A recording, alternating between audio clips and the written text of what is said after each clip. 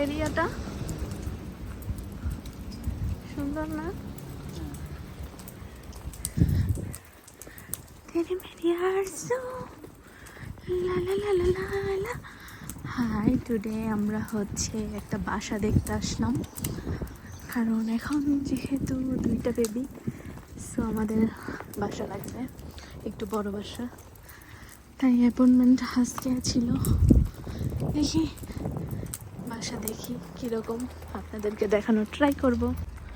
এরিয়াটা বেশ ভালো লাগতেছে। ওইটা হচ্ছে মেন রাস্তা, এই হচ্ছে এদিকে বাসাটা মেবি। এখন তো সামার চলে আসতেছে, সে কারণে আশেপাশে সব কিছু অনেক ভালো লাগতেছে, সবুজ আর সবুজের দেখা মিলছে। আদারওয়াইজ দেখা যায় গাছে কোনো পাতাই থাকে না। ও,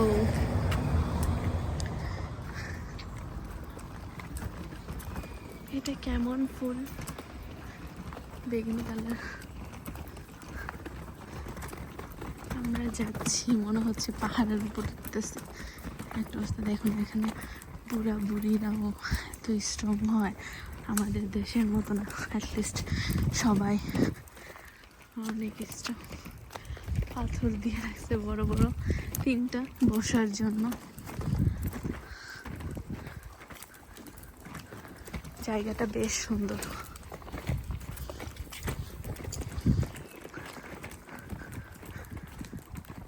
লাল কালার পাতা, আমি জানি না ভিডিওতে বোঝা যাচ্ছে কিনা।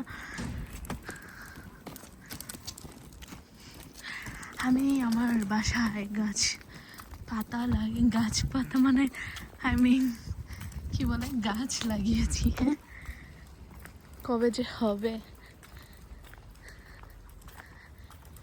এতগুলো বাসা দেখলাম, একটা বাসাও পাচ্ছি না। দোয়া করবেন যাতে তাড়াতাড়ি বাসা পেয়ে যায়। এখানে বাসা পাওয়া জার্মানিতে এত টাফ, বিশেষ করে বার্লিনে। ইভেন শুধু জার্মানি না, আমার জানা মতে ইউরোপের সব জায়গাতেই এখন হচ্ছে বাসা পাওয়া খুবই ডিফিকাল্ট হয়ে যাচ্ছে।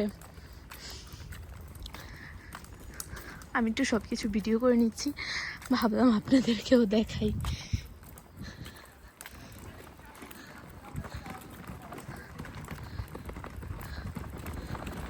যাই না ভিতরে ভিডিও করতে দিবেন না, ভিতরে ভিডিও করতে দিলে তো ওকে সো গুড, আপনাদের দেখাতে পারবো, আদারওয়াইজ তো দেখানো যাবে না।